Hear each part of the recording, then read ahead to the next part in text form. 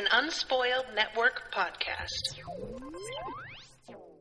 This is Spoil Me, covering Elder Empire Shadow Book 3. Of Killers and Kings. I was about to say the chapter numbers. I am not with it. Sorry, everybody.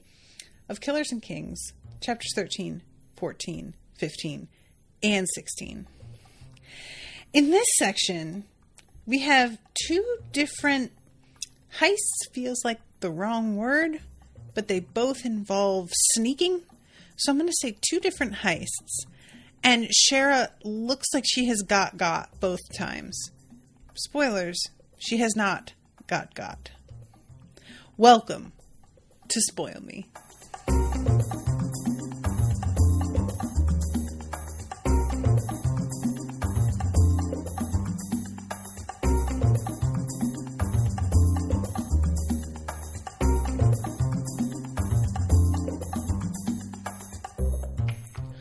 Welcome to the show, everyone. I am Natasha. Thank you so much to Asher for commissioning this episode. Asher is here in the chat. So Asher has commented, I'm so excited you finally got to read this part. And there is a lot happening here. I'm going to just start off from the beginning because otherwise I am going to get too far into the weeds talking about like big moments and not get to talk about the overall context of those big moments. So let's begin with chapter 13, which opens so beautifully. Honestly, it's one of those moments that I really enjoy how it's written to the point where I'm like, all right, is it too cute? It almost verges on like a Magic the Gathering card. You know how those have like little quotes at the bottom a lot of the time? The consultants don't know what they're getting themselves into. I have them dancing on my strings. I don't know why you bothered hiring them. Aren't they just servants? Transcript of a conversation between two clients under observation by the Consultants Guild. Oof. That has got to hurt. That is embarrassing. Like, can you imagine? Because I have to assume, whomever that client happened to be, they found out eventually. They had to have, you know, that's the law, the fuck around law. So I really wish that I got to see the moment where they found out. So Shera is finally feeling better. And what it turns out we are about to have happen here is we're a day away, even less as it turns out, from a straight up assault on the palace and an attempt to kill Calder Martin. And I wasn't really expecting it to just be this direct. She wants to be a straight up assassin. And it's kind of funny considering the overall vibe that Shera gives off, how infrequently that's actually her job to just go in and kill somebody. Usually she's being sent to retrieve something, whether it's an object or information, and she's not really meant to kill if she can avoid it because that's going to blow their cover. So to just see this mission, which winds up simply being, I'm going to break in and try to kill the Emperor, and it's just so simple. And she's still trying to not kill people if she can help it along the way. But the objective is just to take someone's life. It just felt really different, you know? So she's feeling better after the champion's potion thing has like worn off. And she gets approached by Maya, who is trying to like be skulky and hide in the room and see if Shera notices her. But of course Shera does. With no real effort, it doesn't seem like either. And Maya says, let's see. Oh, here it is. Is this about your mother? Yella had been openly critical of Shera's decision to send the gardeners after the champions, suggesting that the Council of Architects should have been informed first. Which, that is pretty interesting to me that Shera decided to handle it this way, because I will be honest, I know that Shera is the Mistress of the Mists now. She is the guild head. And it's not just for show. Yala seems to have actually been trying to make her as effective as she can by actually giving her the information she needs. I still sort of assumed that Yala was going to have been the one to spearhead this movement. And I say that because I haven't really got a good grip on what Yala wants. So anytime that there is something that feels particularly bloodthirsty, I am putting it down to her, which actually isn't fair at all, and it's not really an accurate look at either of their personalities. So it's a weird thing for me to have assumed, but I did, and I just wanted to be honest about that because I wasn't really thinking that through. And Maya says she's been talking to Barrios about sponsoring us. I don't think she's happy. And the idea that, like, because Carrion had just got through sort of lecturing Shera in the last section about how if you don't decide to, like, handle some shit, it is going to be down to whoever can pay us, and you know who that is, and you hate that guy. So for that to be what she's been warned about, and then find out that Yala's already, like, talking to him, not a great sign. Don't love where this is going. So Shera, she's like, she doesn't say no offense. I'm putting that in her mouth. Shera would actually probably be like full offense. I just don't really give a shit what your mother says. And Maya is defensive of her, saying like, look, I know that you don't like her and that you guys have a thing, but she is at least loyal to the guild. She is trying to support you as guild head, even when she doesn't agree with you. She's not as bad as you think she is. And Shera is finally like, oh, look, whatever. I'm doing what I'm doing. What's done is done. What did you really come here to talk about? And finally, Maya says, I don't want you to kill Caller Martin. I think Calder hasn't actually been taken over by Kellerak. And we can take him as a captive and we can question him and find out. But I just really don't think that's what's happening here. And Shera is so disbelieving in this moment and finally just asks, in the extremely cut to the bone practical way that she has, why do you think I should listen to you instead of listening to Esther 6? Like, genuinely, literally, why do you think that you are somebody whose judgment should be placed above a literal regent's? And Maya doesn't have an answer for her, which, I mean, there isn't a real good one. But because we have seen Calder and Maya has gotten to know him in the way that we as readers have gotten to know him, I think it's very clear what her feelings are. And I think she does have better judgment here because Esther has a particular kind of baggage. And that is not to say, anytime somebody uses the word baggage about something, there's an implication of sort of dismissiveness about it. And I don't mean that at all. When I say baggage, I mean like you have got a history and trauma surrounding something. And that is a real thing. It's just that as people, we have to learn how to simultaneously acknowledge our trauma and cope with it, and also keep it from running our entire lives and, you know, making judgment calls on our behalf. Because that's what sort of can wind up happening, is we let trauma inform every decision instead of using our own sense. And that's an attempt to protect ourselves. Like, our psyches are doing this thinking that they are helping us because we were in danger before, and it's trying to keep us from having to experience that same danger again. So it's trying to help. Our brains are attempting to keep us alive. But what winds up happening is that we don't react with a clear head to certain things. And what I think is going on here, and I said this earlier, is that Calder was set up to reveal this mark on his arm in order to cause division, because the elders' whole thing is that they don't want the guilds to be working together.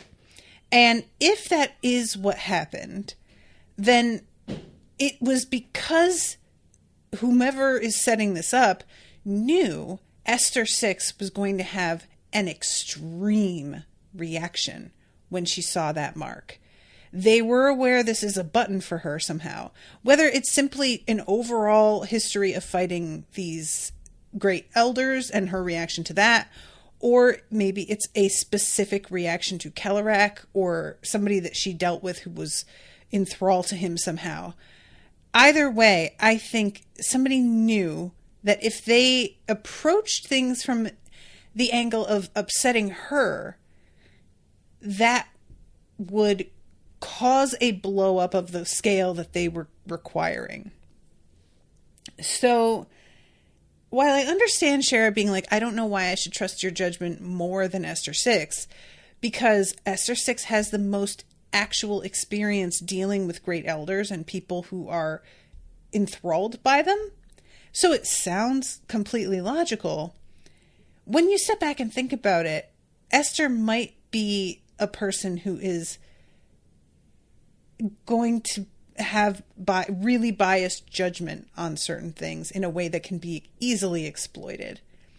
And again, this is not casting aspersions on Esther. I am not trying to say that she's like overreacting or anything like that, because honestly, her reaction to me feels completely warranted. And were I in her position, I am not going to trust, it's like the kind of thing where somebody in a zombie movie does not disclose that they were bitten, even though they're being like quarantined in with a bunch of other people who are about to die, because they think for some reason that despite being bitten, they aren't going to turn into a zombie because they're not like other people. And that is the kind of thing I would be thinking was going on with Calder, is that he's got this mark on him and he genuinely thinks it doesn't mean what it has meant for literally anybody else who has carried that mark. Why wouldn't it? You're not special, dude. Except we know in a way he sort of is. It's just unclear what that means. So Shera just tells her, act like a gardener, and bails. And then later on, somebody knows her plan. And I have to assume Maya spilled the beans somehow. But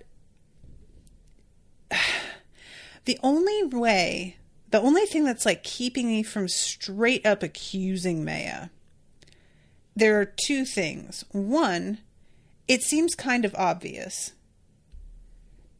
So, I don't know. Sometimes Will White writes things and he's like, yeah, it's obvious because like, I wanted you to know that. Like, you're not deducing things here. It's just you putting pieces together that I'm giving you. So maybe it being obvious isn't a con. The biggest thing for me is the fact that Maya is such a fucking rule follower.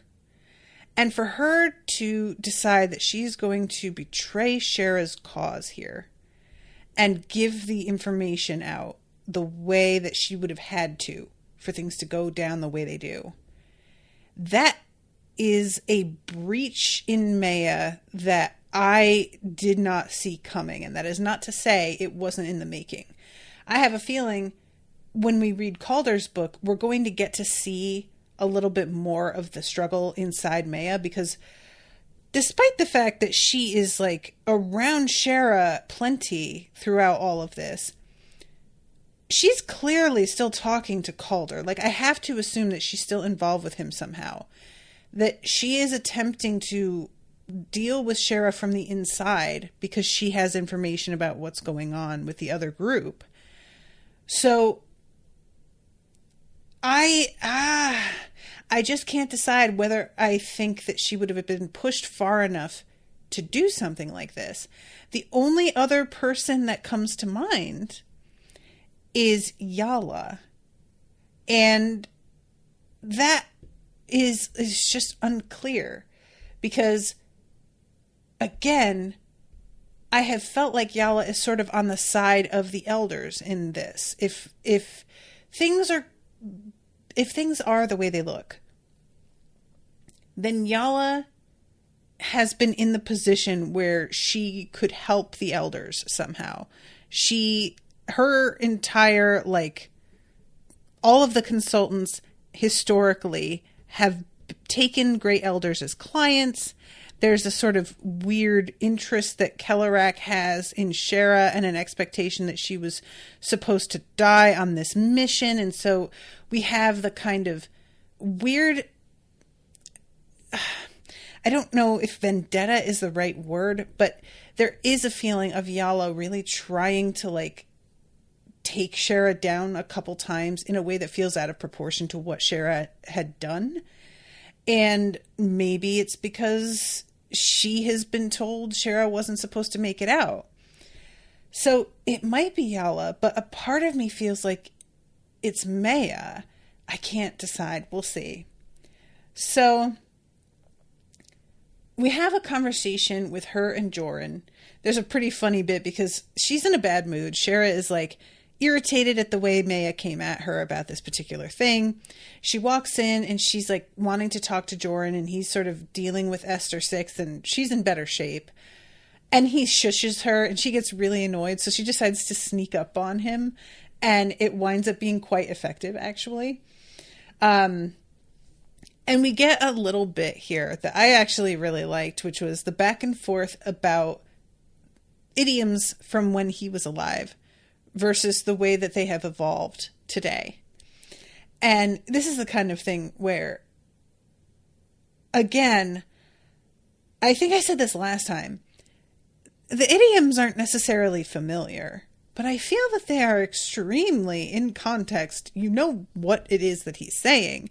So there's a few times where people act, like, confused by the way that he worded something. And I'm like, I don't know, guys. I feel like if you think about that for 2 seconds, you know exactly what he meant.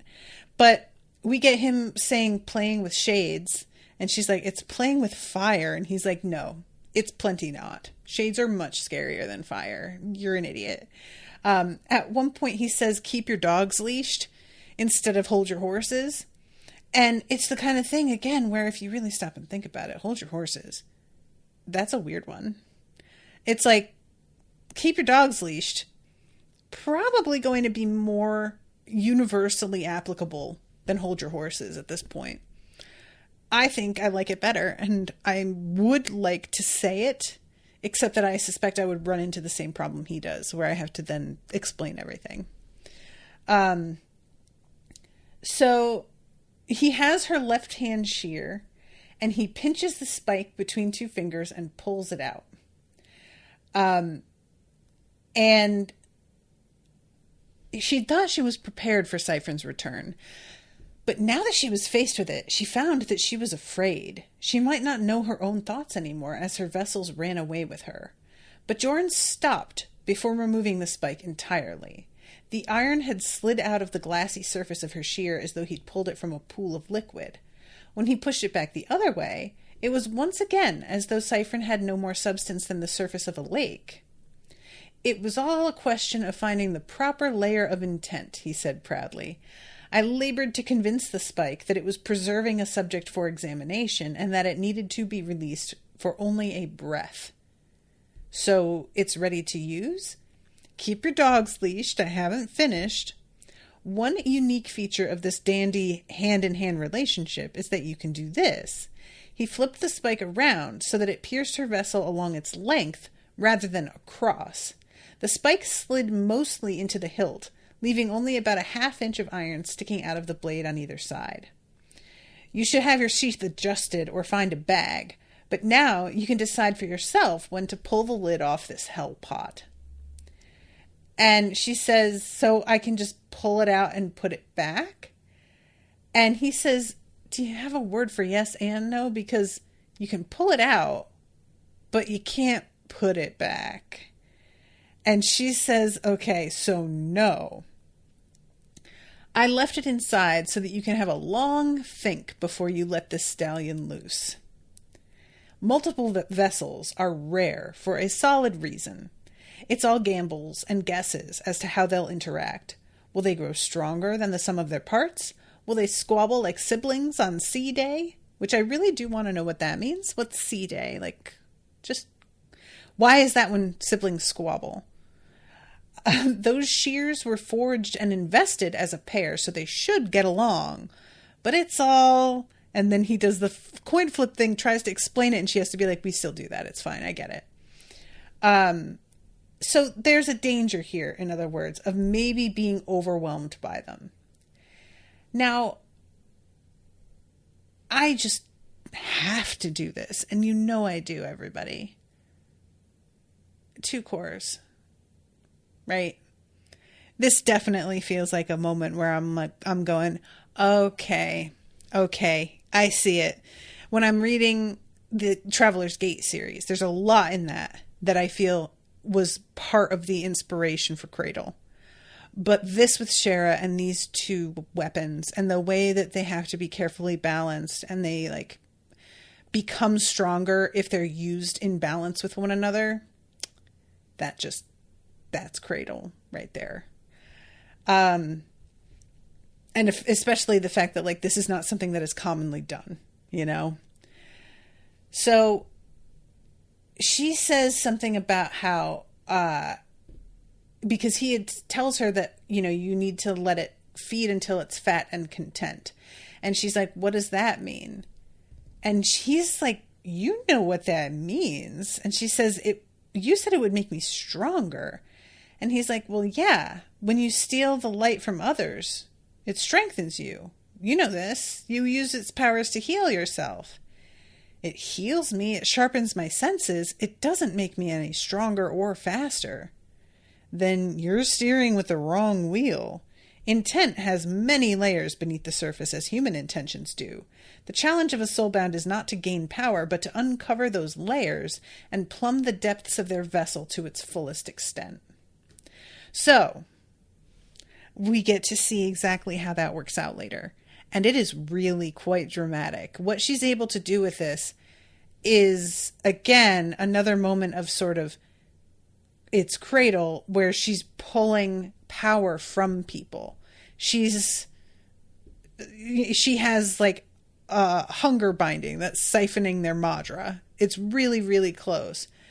And I have no problem with that, for the record. I just find it really interesting to read multiple things by the same author and start to be like, oh, okay, so here is like part of their fascination with this particular thing that really becomes a main player later on.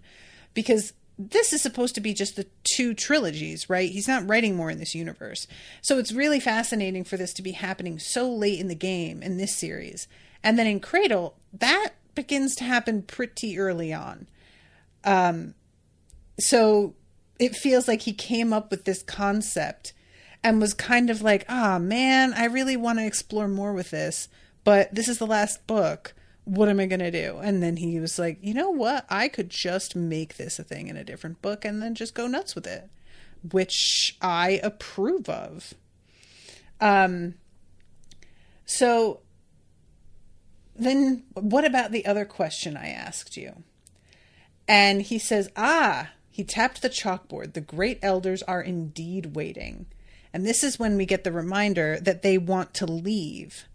And I had forgotten that. I think last episode when I was talking about them, this is like such new and weird information that it's been completely slipping my mind what their actual goal has allegedly been.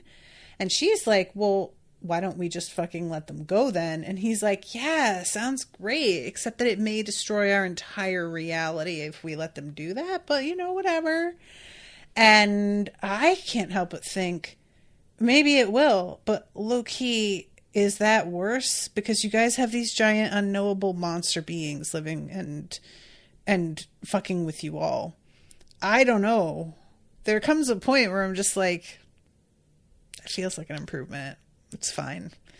So then we go to her, like, checking out the location where Calder is allegedly going to be making a speech, and she has it on very good authority that this is going to be a body double. So she has to figure out where Calder is actually located. And there's this moment where she's looking at this like headline in the news that's being handed out. Esther accuses steward of elder worship. That wasn't technically accurate. Esther had accused Calder Martin of selling his soul to Kellerack, which wasn't the same as worshiping a great elder. But we find out that, like, really, if you're going with the public and you need to get them inflamed over something, they do not see the elders as the kind of threat that the characters we have gotten to know treat them as. Regular people sort of see the elders as like this existential, hypothetical that isn't really affecting them in the present, that it's not actually going to like have an impact on their day-to-day lives. The people that they do believe are genuine are elder worshippers, the cultists, and they fucking hate those people. So if you accuse him of being one of them, that is actually going to be more effective than accusing him of having handed his soul over to one of them, which will feel so outrageous that they might not even really believe it.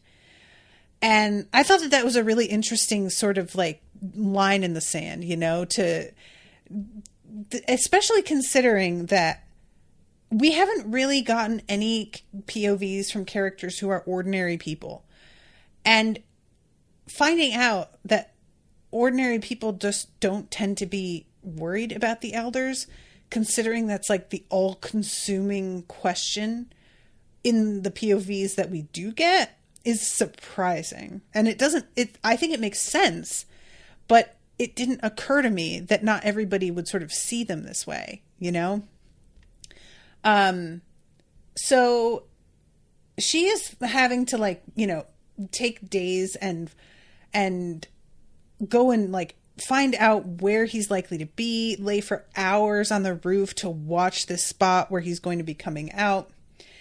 And there is the body double who comes out that is like really close. And she has a couple of moments where she's making sure that it is actually a body double and has to kind of go, okay, I'm pretty sure. So he isn't here. So that means it's time for me to go. And we have a team up with a maid who has a bunch of like code phrases and motions to signal to Shera when it's time to attack, when Calder does not have his armor on so that he will be able to like eat and she can attack him without he will be defenseless essentially. And she goes in, Calder is sitting there with his mouth full. She pricks him with a needle. She like does the needle shot thing. Or no, my bad. She gets him in the eye with a spade that she's thrown. And then she cuts his throat. And it's so easy. And she's just kind of like, I don't know about this. And she takes a closer look. And he is obviously not Calder. He has been made up with like clay and makeup to look like Calder. And he's not wearing the right armor. Her knife goes right through it, which it should not have done. So at this point, she takes off running and is trying to think about how to deal with like the contingency plan, because she has a backup plan and then she has like a straight up emergency plan. And she goes to this change of clothes that has been set out waiting for her to dress up as a servant. And I find that really funny because, you know, we've had Shera have to be in costume before, but she's always dressed in a way that will keep her from being noticed really at all out on the street. She's meant to be somebody that is there. Your eyes just go right over her because she's nothing special. In a public place where there's lots of people, I don't see her pulling off looking like a servant in a palace. I just feel like it wouldn't be believable. That's a specific thing. And sure, the whole thing is that people don't really notice servants, but I just think the way she's going to carry herself and everything, it's not going to, she'll draw notice because she's just not quite right, you know? But anyway, as she starts like changing, she sort of has to ask herself, wait, but if they knew I was coming, what else do they know? And then she realizes that they would shut down the building, and she goes and tries the window, and it's sealed shut. And she's like, motherfucker. So then she does her emergency plan, and she summons Bastion's Veil. And then we go to chapter 14. And Shera and Lucan are busting into Zen's house.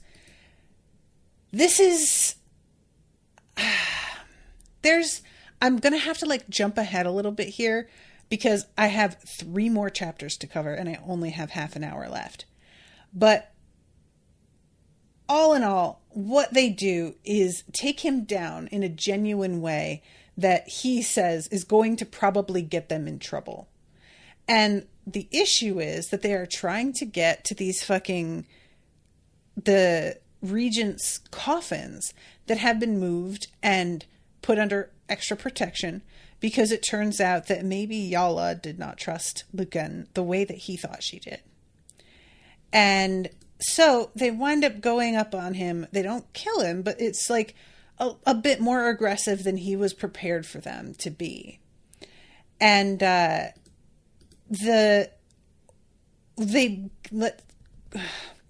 there's so many like steps in them breaking in because he has all of these little traps and he has all of like darts and things that could be they would be the particular thing for gardeners that would be effective at taking them out. And at this point, Lucan is thinking Yala had underestimated them. She habitually underestimated gardeners. She considered herself equal to any gardener, or so he'd interpreted from his occasional readings of her belongings. Maybe she simply didn't believe that they would really come here. And it's very interesting because when we go to Yala's POV, she's thinking to herself, I didn't get where I got by underestimating gardeners. So I don't know if he's misreading the intention in her stuff, if she has planted things with intention that isn't genuine, if that's even possible, or if she believes that she isn't underestimating them, but he does.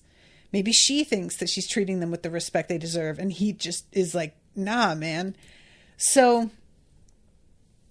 at this point, they get over to the trapdoor, and he is about to pull this open, and all of a sudden there is a shot. And it turns out there are a bunch of gardeners, consultants, I should say, hidden in the crates all around the room. And thus, it looks like Yala has not underestimated them as much as he seemed to think she had. Shera gets shot up bad. He has basically a bulletproof uniform. The way it's invested keeps him safe. Not so for Shera. And there's this sad moment where Lucan is thinking, why are they trying to kill us? He was not unfamiliar with a sudden, unexpected transition to violence. That was part of a gardener's work. But they had planned this operation knowing that Yala would follow the unspoken rules. If Lucan and Shera's mission had succeeded, they would have won the game. If they were caught and failed, they would gracefully accept their loss and punishment. Even Zen had said it a moment ago. They'll assign you to the northern wastes. They had all assumed that Yala would follow the rules. What fools they'd been. And he's thinking how he gave Yala too much credit and too much trust. But what I think is interesting is that when we go to Yala's perspective, she is basically thinking, I just don't think either of them understands what's at stake. So he has been going into this sort of treating it. He literally calls it a game multiple times. And he is horrified at the breach in trust from her. But she is like, y'all are children. and this is big shit, and you're not really treating it like it's big shit. And I just feel like you don't get it.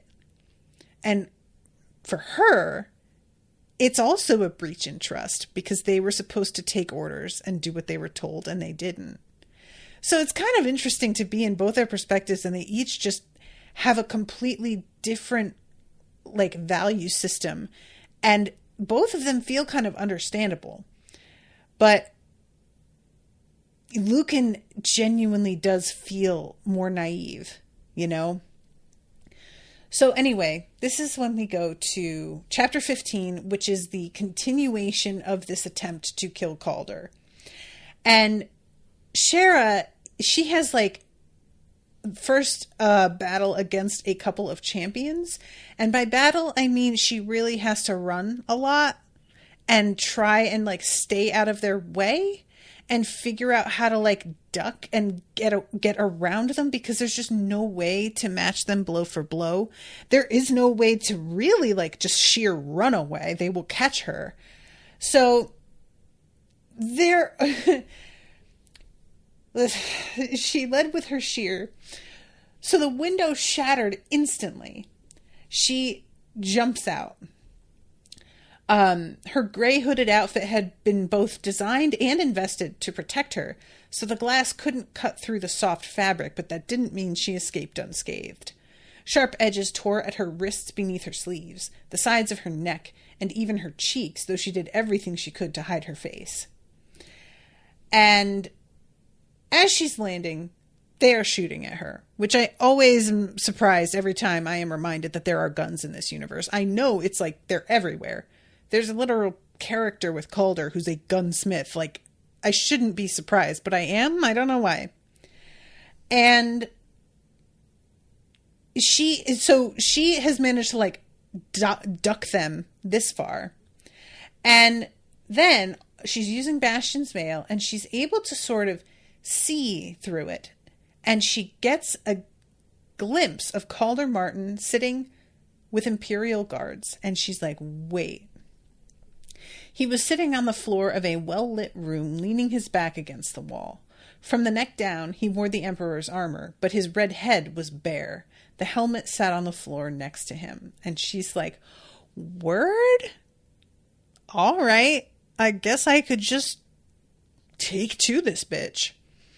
So she's pretty weakened, but she feels like she has just enough to pull it together. So she lets some of the mist inside the hallway, and the crowd does it really slowly. And then she crept back into the Emperor's stage. A squad of 4 Imperial guards covered the nearest entrance to the storage room.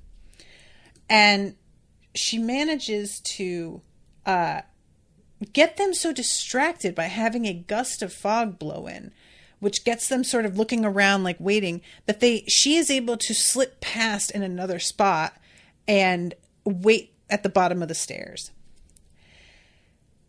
She has a key to this closet because they use the same key for maintenance. So there's like a master key. She opens the door, and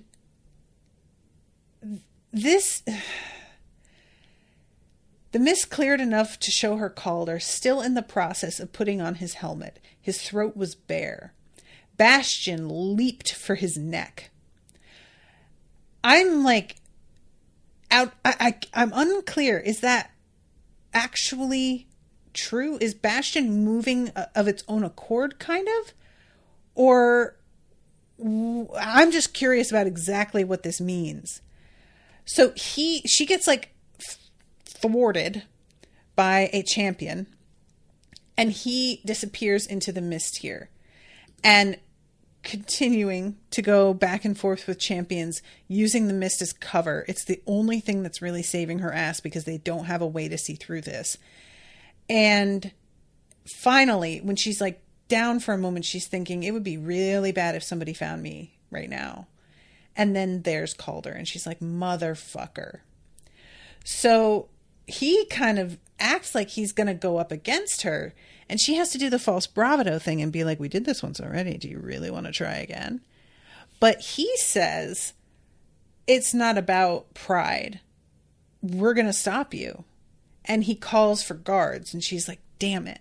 I really hoped that he was going to get suckered in by that, but he doesn't. And so then we get the moment. Without further thought, Shera drew her second shear. The voices of her vessels slammed together in her head like two ships colliding head on. And there's a moment of just total confusion, not even really remembering where she is. And the mist kind of goes nuts, gets thicker and thinner. Cyphrin is like dimming and brightening and dimming and brightening. And then she starts to see light around her. And that is the source of power. And the champions, of course, are particularly bright. And we hear this moment where Lucan had been investing Cyphrin with, you will need as much power as you can get to protect Shera. And Bastion's got the, urge to protect built in already. And then there's to feed in Shera's service. And there's service built into Bastion as well. And to turn power against, and the two vessels completed the sentence together, any that would threaten her.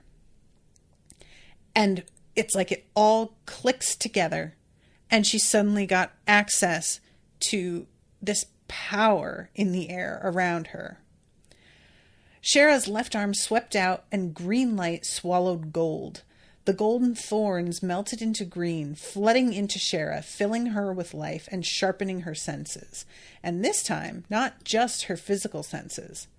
The scene in the rest of the room was burned into her mind so clearly.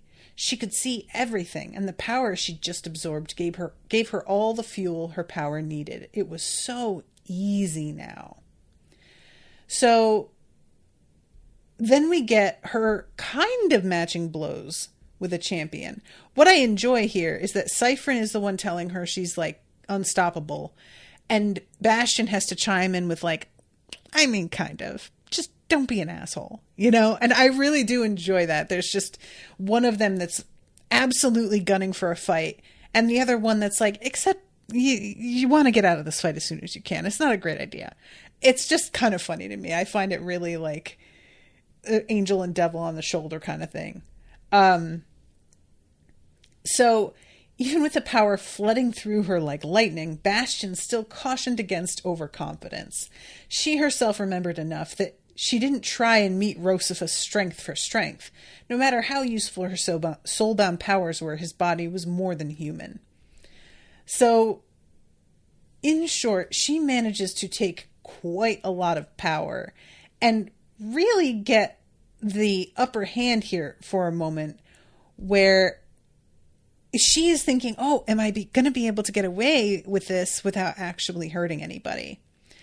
But then she goes up against a couple of other guards. She gets around the champions. There are 4 other guards that are surrounding Calder, and she doesn't want to kill them, but she winds up having to. And there is a sense of regret in her. She just didn't want to have to do this, And she sidles up to Calder in the mist, and what she says to him is, "Where's your wife?" Which I don't know why, but that was so spooky to me. It just was unexpected, I think.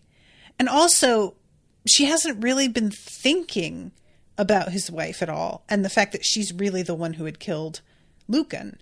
So I sort of thought she was just going to ignore that bitch, which wasn't really fair. But she has not forgotten that woman and is going to be probably settling that account eventually. At this point, though, Calder is defeat me and I'll tell you. And Shera says to herself, or I can just stab you with this knife that is definitely going to pierce that armor, which it does. She leaned closer, whispering into his ear, "All hail, the Emperor of the world." As she pulled her dagger free, she tore Calder's life from him as well. It was paltry next to the power from the champions, but it still energized her, sharpening her senses as she dashed for the exit. She cast her vision into the mist, looking outside where, at last, Joran and Maya had arrived. They had torn apart an entire wall of the Emperor's stage and were rampaging inside looking for her. If they played their cards right, they could still salvage the plan and end the war right here. The imperialist figurehead was dead. He's not, though. I mean, he just can't be. There's just no way. So I don't know how that's going to be true, but I have to assume. So I am not going to even pretend to think that he's dead, because I just don't think so. I have no idea how he's still alive, but I don't know. I don't think he's dead. So then we get chapter 16. And this is Yala walking in on what was going on with Shera and Lucan trying to bust into the basement where all of the what do you call it? Regents are sleeping. Asher says, remember Akhmagut and his prediction, all hail the Emperor of the world. Yeah. And I guess this could just be a fulfillment of it, and it's supposed to be, he said this because it's the last thing that Calder will ever hear, and Calder really is dead? I don't buy it, though. I just don't. We'll see. But I did remember it in the moment. I just don't know what kind of importance to give it. Because that's the thing with these sorts of, predictions, is the context can make it suddenly a lot less meaningful than it winds up being. I don't know. I don't see it. I don't think Calder's dead. I'm just going to say it. All right. 16. Especially this early.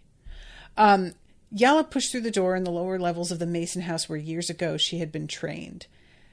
And she is just kind of heartbroken at the fact that these two have decided to turn traitor, as she sees it. And Shera looks like she is not going to even survive. She is sprawled on her stomach, her left hand extended in a fist toward the gaping hole where the trap door had once been. And I am over here oh, really, is it? Yala does not seem nearly concerned enough to me that Shera has something in her hand. So for me, this is confirmation of Lucan actually being correct in saying that she does underestimate the gardeners, because she's oh, that just happens to be the way she fell. And I'm girl, okay. I mean, if you want to take that risk, we'll see. And only one of these consultants is actually dead. The others, they have clearly tried to avoid killing. And Yala gives them a bit of credit for that. She's assuming initially that they're going to be executed for what they did. And then she sort of softens it a little, especially later when they look at the gas that Shera has in this bomb. And she's thinking, oh, well, Shera used a gas that wouldn't kill because she was sort of trying to soften the edge of her blade with us. And that will count for her. So maybe she'll be exiled instead or something, But here, so this moment, Yala had beaten them by being the first to get serious, to treat this matter as gravely as it deserved. But she hadn't wanted to beat them. She had wanted all this to end up as an unnecessary misunderstanding. She had wanted them to follow her orders. She wished, as she had wished in the past, that they had a guild head, someone who could unite the consultants as a leader and a symbol in a way that an ever-shifting council never could. No one trusted a council. This is very interesting, because she's the one that immediately knelt and told Shera, congratulations, guild head. She clearly really does want that. So I just don't know. I don't know what to think. I really don't. She loved the consultants. She wanted to have a purpose again. Let the burden of leadership pass from her so that she could serve as she was always meant to. And that's really fascinating as well. That she's like, I don't want to be the boss. I'm not really cut out for that. I'm the only one that will do it right now. So I kind of have to, but I don't like it. And I would really rather somebody else do it. And I can just like do assignments and then come back and, you know, watch some TV and go to bed, which I can understand. So this is when Shera looks up at her, grins, and a spark of light comes from between her knuckles.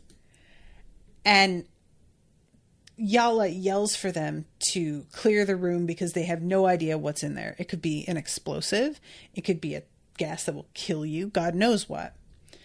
So they run out, they close the door, and they take a moment to sort of wait and see what happens. And then one of the alchemists is like, you know, sort of using the equipment that they have to gauge whether or not it's safe to go into the room. And when they go back in, she's like, oh, sweet. She missed because the bomb rolled across the floor down into the hole that got blown in the floor when Lucan was trying to open the trap door.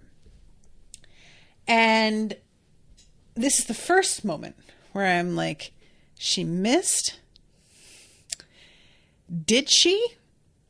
And it takes a while for Yala to consider that. I just was surprised at how long it takes. So I guess Lucan is pretty much right about her. I don't know. At this point, there is a moment that I was like, Yala, are you even listening? So this bomb released a gas that will cause like basically a paralysis in the body. It won't kill you, it won't cause cardiac arrest. And it will affect the subjects because they do pull air in, but they have a filtration system built into their coffins, which is supposed to protect them. If they get overloaded, though, is the problem. So when she says that, will they be affected? The alchemist waved a hand in response to her question. Between the protective investment on the coffins themselves and the air cleansing systems we're certain are inside, they'll be fine. Their air is all chemically filtered, and if it goes beyond what the filters can handle, I'm certain it will trigger some sort of backup action to release the subjects. And I read that sentence and went, oh my God. Yala nods and turns her attention away. And I'm like, girl, did you hear her? That feels like you didn't hear her. She just told you if there's too much of it, it will just open up. Are you listening? What are you doing? But she is distracted here. Finally, there is a moment where she says, the what do you call it? Alchemist. Lucky for us. And that's the word that gets Yala's attention.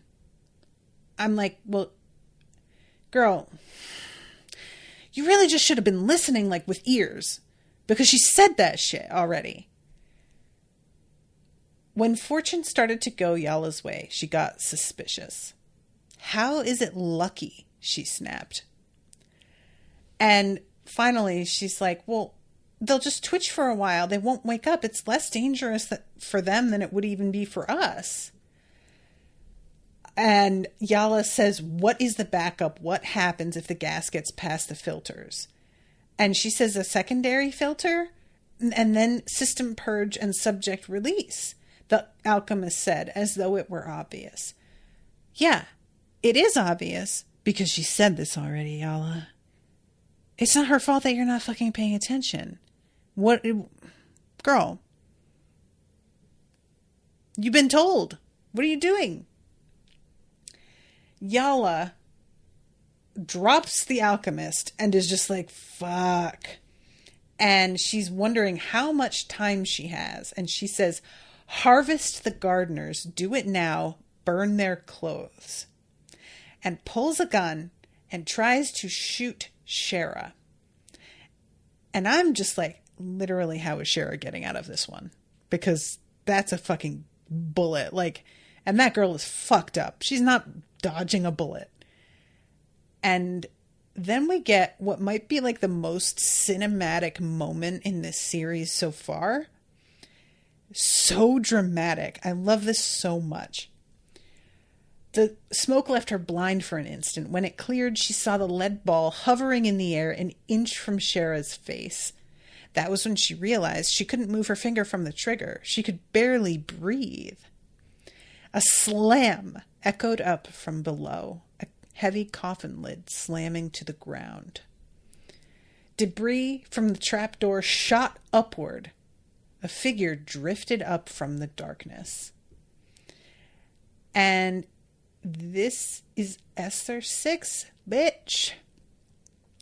A myth flew into the room, the greatest soulbound in Imperial history.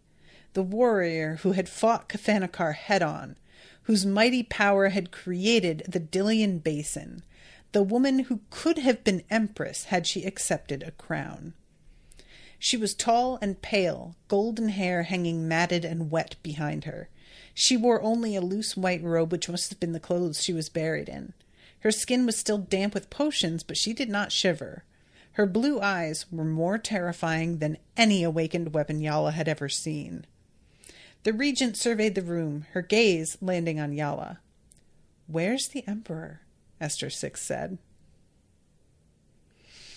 And that is the end of chapter 16. So, knowing all of this now, this all happened before the start of the present day of the first book. That feels really unclear, but you guys get what I mean. It's so hard to talk about the timing in these books. Yala was so antagonistic towards Shera, and I was kind of like, girl, what is your fucking problem? Now it all makes a lot of sense. This had happened, and it wasn't that far earlier. So Shera had been traitor, and somehow she survives this and doesn't get exiled or executed. And I don't even know how that is possible, because the regent, I guess, can prevent it, but like, you know, this is so Shera basically played her, and that is so embarrassing for her. And it makes a lot of sense why Lucan winds up locked up, but Shera's not locked up. And why not? I am desperate to find out, like, how it all happened to arrange itself the way that it does. And just Esther's, like, reaction to this. I can't recall if Esther knows that Shera's the one who killed the Emperor. I feel like she must know, because it's kind of common knowledge at this point, if you're, like, hanging out amongst the guild. But in, like, you know, immediately after waking. And is it just Esther 6 that wakes up? Because I feel like Joran's down there as well, right? Like, aren't all four of them? Or maybe they're not together. I thought that all four of them were together, though. Asher says she figured out it was Shera's team. Okay. Yeah. So it's just a really giant step forward in both stories. The, like, flashback and the present. Shera has, like, got this power now, this access that she didn't have before due to having two soulbound vessels that complement each other. And then here she is able to outwit Yala. She's on the floor, nearly dead, absolutely gutted from bullet wounds. And Yala looks like she has all the power. And Shera still ruins her fucking day. Yeah, not a great look. I really wonder how many people know that this went down this way. The only thing I can imagine is that Shera is bound to not say anything, because otherwise I don't feel like Yala saves face with this.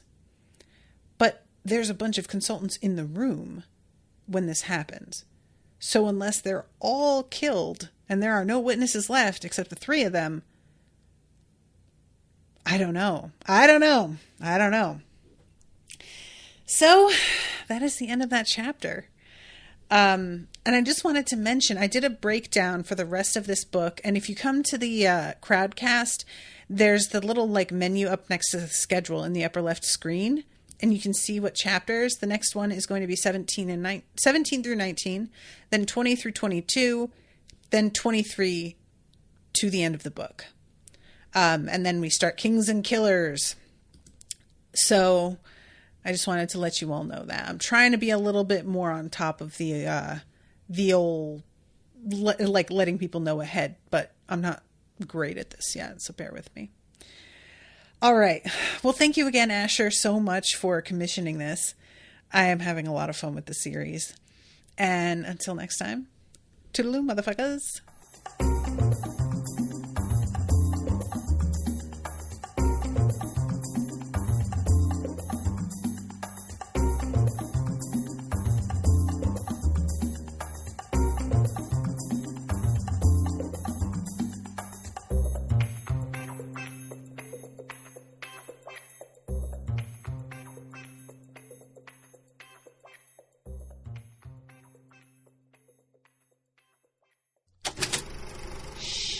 That was an Unspoiled Network podcast.